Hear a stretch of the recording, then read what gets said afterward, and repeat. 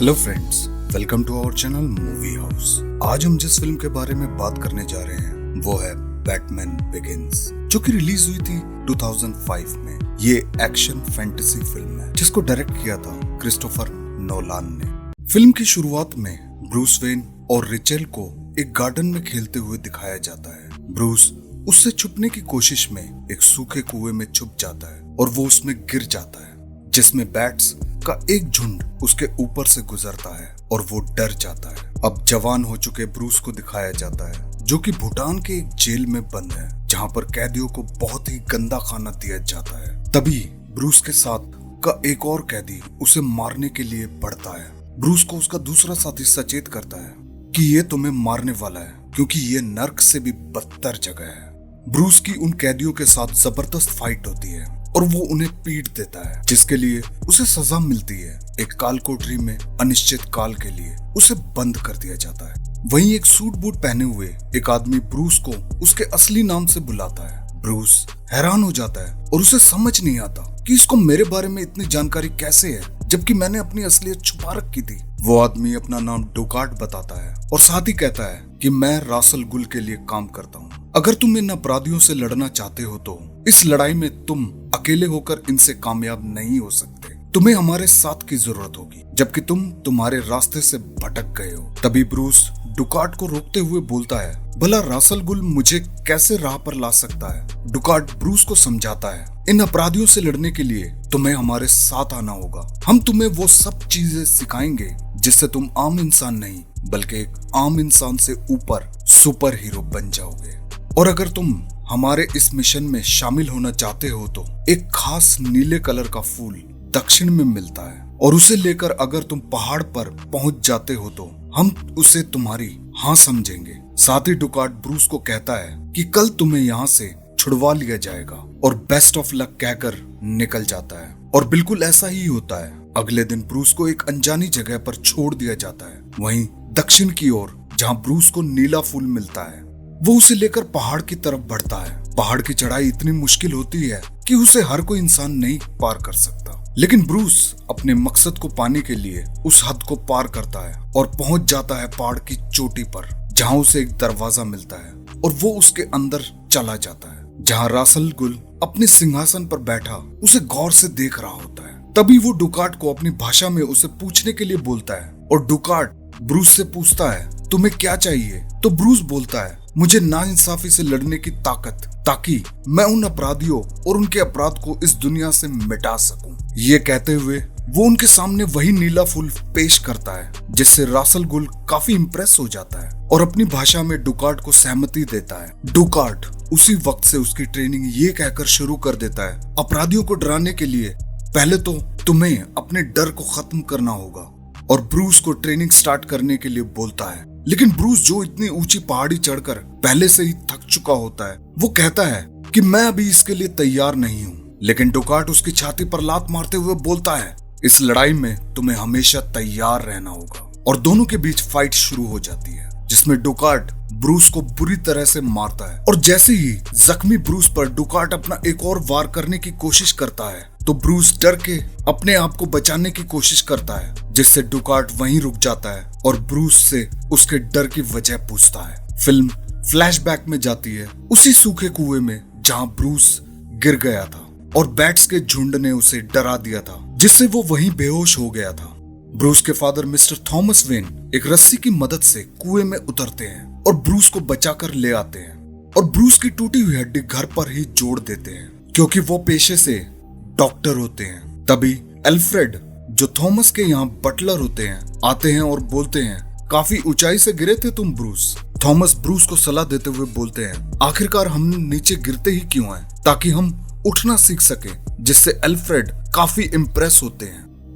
कुछ दिनों बाद ब्रूस अपने माता पिता के साथ एक ट्रेन में जाते हुए अपने फादर से पूछता है, ये ट्रेन आपने बनवाई है? तो थॉमस ब्रूस को जवाब देता है, हमारा शहर गौथम काफी मुश्किलों का सामना कर रहा है और यहाँ रहने वाले लोगों को दूसरे शहर से जुड़ने के लिए हमने ये ट्रेन बनवाई है। और साथ ही ब्रूस को शहर के बीचों बीच खड़ा हुआ वेन टावर दिखाते हुए बोलते हैं, ये टावर हमने सिर्फ इसलिए बनवाया है ताकि इसमें हम ऐसी टेक्नोलॉजीज पर काम कर सकें जिससे गौतम शहर की गरीबी दूर हो सके, सभी खुश रह सके। ब्रूस बड़ी मासूमियत से पूछता है कि आप यहीं काम करते हैं? तो उसके फादर उसे बोलते हैं, नहीं, मैं तो हॉस्पिटल में काम करता हूँ, यहाँ तो मुझसे बेहतर लोग काम करते हैं। अब वो ओपरा देखने के लिए पहुंचते हैं और ओपरा शुरू हो जाता है जिसमें बैट्स को दिखाया जाता है, जिसे देखकर ब्रूस के दिल में बैठा हुआ डर उसे और डराने लगता है और वो शो को बीच में ही छोड़कर जाने की जिद करता है। थॉमस और मार्था भी उसके साथ बाहर निकल जाते हैं। जैसे ही वो थिएटर से बाहर निकलते हैं, वहाँ का लोकल गुंडा जो उन्हें लूटने की कोशिश करता है और इसी लूटपाट में उससे गोली चल जाती है, जिससे ब्रूस के माता पिता थॉमस और मार्था की मौत हो जाती है। पुलिस स्टेशन में गॉर्डन नाम का एक इंस्पेक्टर डरे हुए ब्रूस को कंफर्ट करने के लिए उसे अपना ओवरकोट देता है और उसे शांत करता है। बेचारा ब्रूस अनाथ हो जाता है और सारी जिम्मेदारी उनके ईमानदार बटलर अल्फ्रेड पर आ जाती है। एक दिन अल्फ्रेड ब्रूस के पास आता है और कुछ खाने के लिए पूछता है। ब्रूस रोते हुए अल्फ्रेड के गले लग जाता है और कहता है कि सारी गलती मेरी थी। उस दिन ओपरा में अगर मैं जाने की जिद ना करता तो ये सब ना होता। अल्फ्रेड ब्रूस को समझाते हुए बोलता है, गलती तुम्हारी नहीं, उस चोर की थी। फिल्म वापस प्रेजेंट में जाती है जहां डुकार्ट ब्रूस को बोलता है कि तुम अपने माता पिता की मौत का जिम्मेदार खुद को मानते हो, और ब्रूस बोलता है यही मेरे गुस्से की वजह है। डुकार्ट ब्रूस को कंफर्ट करते हुए अपने साथ ले जाता है और कहता है, तुमने अपनी गलती को गुस्से में बदल दिया है। मैं तुम्हें सच का सामना करना सिखाऊंगा। तुम 6 लोगों को मार सकते हो, मैं तुम्हें 600 लोगों को मारना सिखाऊंगा। तुम छिपने की कला जानते हो, मैं तुम्हें सिखाऊंगा कि गायब कैसे हुआ जाता है। और ब्रूस की जिंदगी बदल देने वाली ट्रेनिंग शुरू हो जाती है। एक दिन ट्रेनिंग के दौरान डुकार्ट उसको बताता है कि तुम अपने माता पिता की मौत का जिम्मेदार खुद को मानते हो, जबकि जिम्मेदार तुम्हारे पिता थे। डुकार्ट ब्रूस को तब तक गुस्सा दिलाता रहता है जब तक उसका गुस्सा उसकी एकाग्रता में नहीं बदल जाता। डुकार्ट उसे तब तक मारता रहता है जब तक उसका शरीर पत्थर का ना हो जाए। उसे वो सारे छल सब पैतरे सिखाता है जिससे वो एक बेहतर लड़ाका बन जाए। ब्रूस को निंजा ट्रेनिंग दी जाती है, उसे हर कला में परफेक्ट कर दिया जाता है ताकि वो उन अपराधियों से लड़ने में सक्षम और बेहतरीन बन जाए। एक रात ट्रेनिंग के बाद डुकार्ट और ब्रूस आग के पास बैठे होते हैं और तभी डुकार्ट उसको अपने बारे में बताता है कि उसकी भी एक सुंदर बीवी थी जिसको इन अपराधियों ने मार दिया था। तभी उसे समझ आया इन अपराधियों को मारने के लिए इंसान को खुद ही बिना झिझक बिना रहम लड़ना होगा। और साथ ही वो ब्रूस को सलाह देता है, तुम्हारा गुस्सा ही तुम्हारी ताकत है, अगर उसे नहीं निकाला गया तो वो तुम्हें मिटा देगा जैसे कि मैंने मिटा दिया। ब्रूस पूछता है, वो कैसे किया तुमने? तो डुकार्ट बोलता है, बदला लेकर। लेकिन ब्रूस मना कर देता है, मैं ऐसा नहीं कर सकता। और ब्रूस अकेले में अपनी पुरानी बातें याद करता है जिसमें वो वापस गौथम शहर पहुंचता है और अपने घर अल्फ्रेड से मिलता है। अल्फ्रेड भी उसको देखकर काफी खुश होते हैं और कहते हैं कि अब तो वापस नहीं जाएंगे ब्रूस। ब्रूस कहता है, नहीं, इस बार नहीं, मैं यहीं रुकने वाला हूँ। अल्फ्रेड खुश होकर बोलते हैं, मैंने मास्टर बेडरूम तैयार करवा दिया है। लेकिन ब्रूस मना कर देता है। अल्फ्रेड ब्रूस को जोर देकर कहते हैं, मास्टर बेडरूम यानी कि सारी जिम्मेदारी अब आपको ही संभालनी पड़ेगी, इतने बड़े एम्पायर की। और यही आपके पिता चाहते थे कि उनके बाद आप ही ये सारा बिजनेस और एम्पायर संभालें। हमको आपसे बहुत उम्मीदें हैं। ब्रूस अब अपने माता पिता की तस्वीर उठाता है और अपने पुराने दिन याद करने लगता है। तभी वो अपनी पुरानी दोस्त रेचल से मिलता है जो बड़ी हो गई है और काफी सुंदर भी। ब्रूस रेचल को अपने इरादे बता देता है कि वो ज्यादा दिन यहाँ नहीं रुकने वाला, वो सिर्फ अपने माता पिता के कत्ल के केस की सुनवाई के लिए आया है। और दोनों एक बहस में पड़ जाते हैं क्योंकि रेचल जो अब लॉ की स्टूडेंट है और एक बड़ी फर्म में काम करती है। केस की सुनवाई होती है जिसमें जो का वकील दलील देता है कि जो ने 15 सालों की सजा काट ली है और जो अपनी गलती मानते हुए कोर्ट को बताता है कि ऐसा कोई भी दिन नहीं गुजरा जिसमें मैंने अपने आप को कोसा ना हो। अदालत उसकी और उसके वकील की दलील सुनकर उसे रिहा कर देती है। लेकिन बदले की आग में जल रहा ब्रूस अपने साथ गन लेकर आया होता है और जैसे ही जो अदालत से रिहा होकर बाहर निकलता है तो ब्रूस अपनी गन के साथ जो को मारने के लिए उसकी तरफ बढ़ता है। और जैसे ही वो उसे मारने के लिए खुद को तैयार करता है कि तभी फैल्कोनी के आदमी द्वारा जो को गोली मार दी जाती है और जो वहीं ढेर हो जाता है। रेचल ब्रूस का हाथ पकड़कर उसे वहां से निकाल कर ले जाती है। दोनों में फिर से बहस शुरू हो जाती है कि हमें कानून पर विश्वास करना चाहिए या नहीं।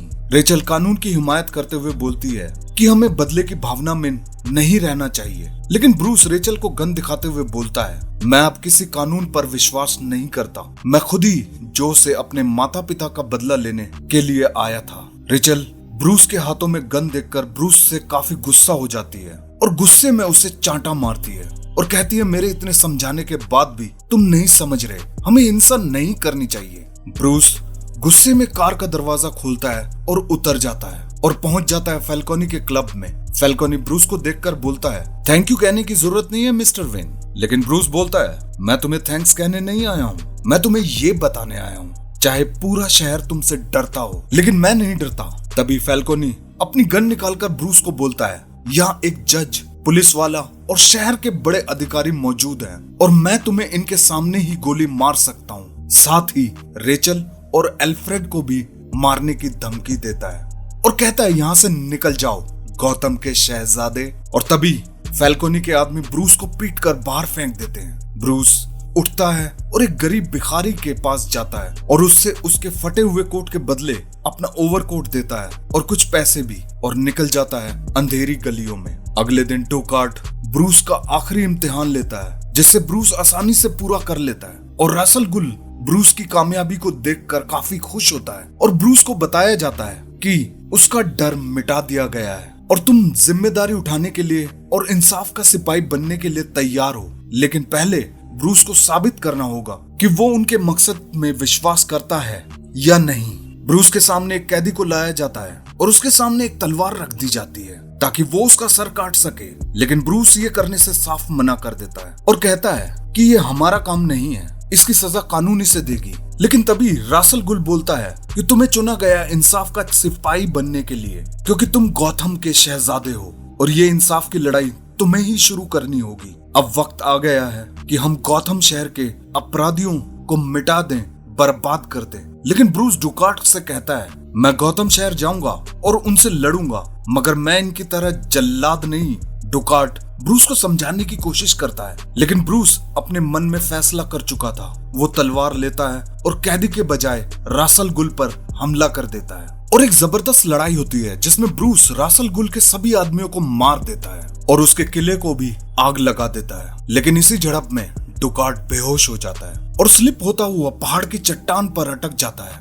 ब्रूस जैसे तैसे करके डुकार्ट की जान बचाता है और एक लोकल डॉक्टर के यहाँ ले जाता है ताकि डुकार्ट की जान बचाई जा सके। और जब ब्रूस को यकीन हो जाता है कि डुकार्ट सुरक्षित हाथों में है तो वो वापस अपने शहर को बचाने के लिए गौतम वापस जाने का फैसला करता है। ब्रूस को लेने के लिए एल्फ्रेड अपना प्राइवेट प्लेन लेकर आता है।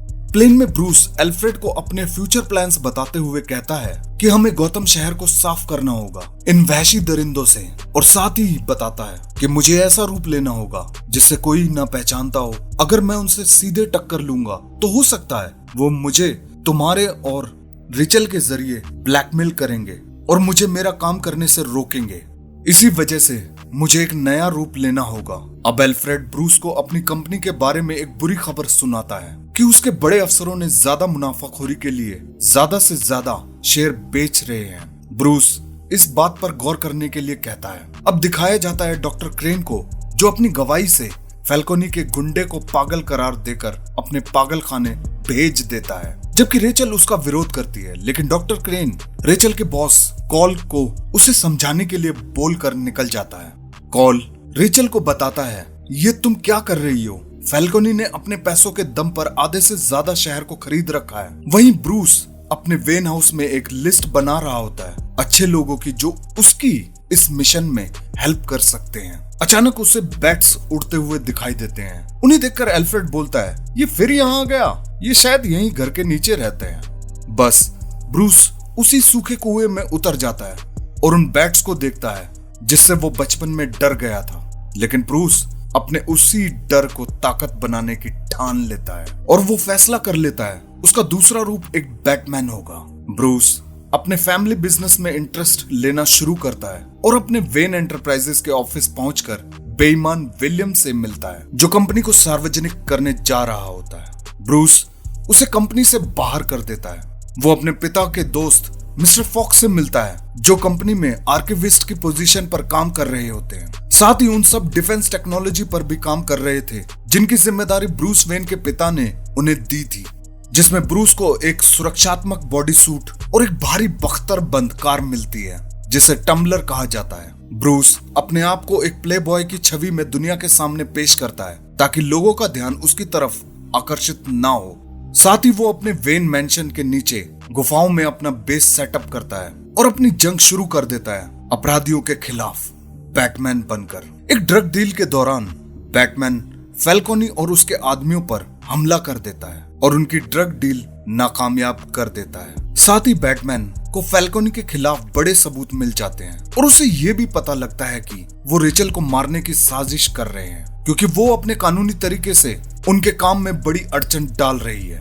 बैटमैन फैल्कोनी को पुलिस के हवाले करने के बाद रेचल को बचाने के लिए जाता है, जहां रेचल पर कुछ गुंडे हमला करने की कोशिश कर रहे होते हैं, लेकिन बैटमैन सही मौके पर पहुंचकर रेचल को बचा लेता है और फैल्कोनी के खिलाफ सबूत रेचल को देता है, ताकि कोर्ट की कार्रवाई में फैल्कोनी को सजा दिलाने में उसको ज्यादा मुश्किल ना हो। जेल में फैल्कोनी से मिलने डॉक्टर क्रेन आता है, जिसे उसने गौतम शहर में ड्रग्स की तस्करी के लिए मदद की थी। वो फैल्कोनी पर स्प्रे छिड़कता है और एक मुखौटा पहन लेता है। स्प्रे की वजह से फैल्कोनी की मति भ्रमित हो जाती है और डॉक्टर क्रेन उसे डरावना भूत जैसा नजर आने लगता है। वो पागलों की तरह बिहेव करता है। डॉक्टर क्रेन अपने मकसद में कामयाब हो जाता है और फैल्कोनी को पागल घोषित करके अपने साथ पागल खाने ले जाता है। बैटमैन डॉक्टर क्रेन की पड़ताल के लिए उसके पीछे जाता है, लेकिन डॉक्टर क्रेन वही स्प्रे बैटमैन की आंखों पर भी मार देता है, जिससे बैटमैन की भी मति भ्रमित हो जाती है। जख्मी हालत में बैटमैन एल्फ्रेड के पास मैसेज भेजता है और वो भी अपना कंट्रोल खो देता है, लेकिन एल्फ्रेड टाइम पर पहुंचकर बैटमैन को बचा लेता है और सीधे मिस्टर फॉक्स के पास ले जाता है और मिस्टर फॉक्स ब्रूस को एक एंटीडोट देकर बचा लेते हैं। 2 दिन बाद ब्रूस को होश आता है और एल्फ्रेड द्वारा उसे पता लगता है कि आज उसका जन्मदिन है, और तभी रेचल ब्रूस को उसका बर्थडे विश करने के लिए आती है। वो उसे बचपन का वही तोहफा देती है जिसे वो खेला करते थे।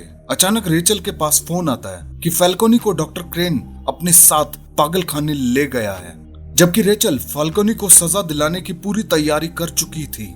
वो भड़क जाती है और डॉक्टर क्रेन के पागल खाने में जाने का फैसला करती है। ब्रूस वहीं खड़ा रेचल की सारी बातें सुन रहा होता है। रेचल पागल खाने पहुंचती है और फैल्कोनी की हालत देखकर डॉक्टर क्रेन से काफी नाराज होती है और डिमांड करती है कि वो अपने ही डॉक्टर से फैल्कोनी की जांच करवाएगी, क्योंकि उसे शक है, जिसको आज तक दिमाग की कोई बीमारी के लक्षण तक नहीं थे, वो अचानक पागल कैसे हो सकता है। और जैसे ही वो जाने लगती है, डॉक्टर क्रेन अपना उसी स्प्रे का रेचल पर भी इस्तेमाल करता है, जिससे रेचल काफी घबरा जाती है और डरने लगती है। लेकिन ब्रूस रेचल की फोन पर हुई बातों से पहले ही समझ चुका था कि कुछ गड़बड़ होने वाली है, और जब डॉक्टर क्रेन अपना मास्क लगाकर रेचल को डरा रहे होते हैं, तो बैटमैन अपनी धमाकेदार एंट्री के साथ सबकी धुनाई करता है और डॉक्टर क्रेन की दवा का मजा डॉक्टर क्रेन को भी देता है, जिससे डॉक्टर क्रेन पागलों की तरह बिहेव करने लगता है। और जब बैटमैन उससे पूछता है कि तुम किसके लिए काम करते हो, तो वो बताता है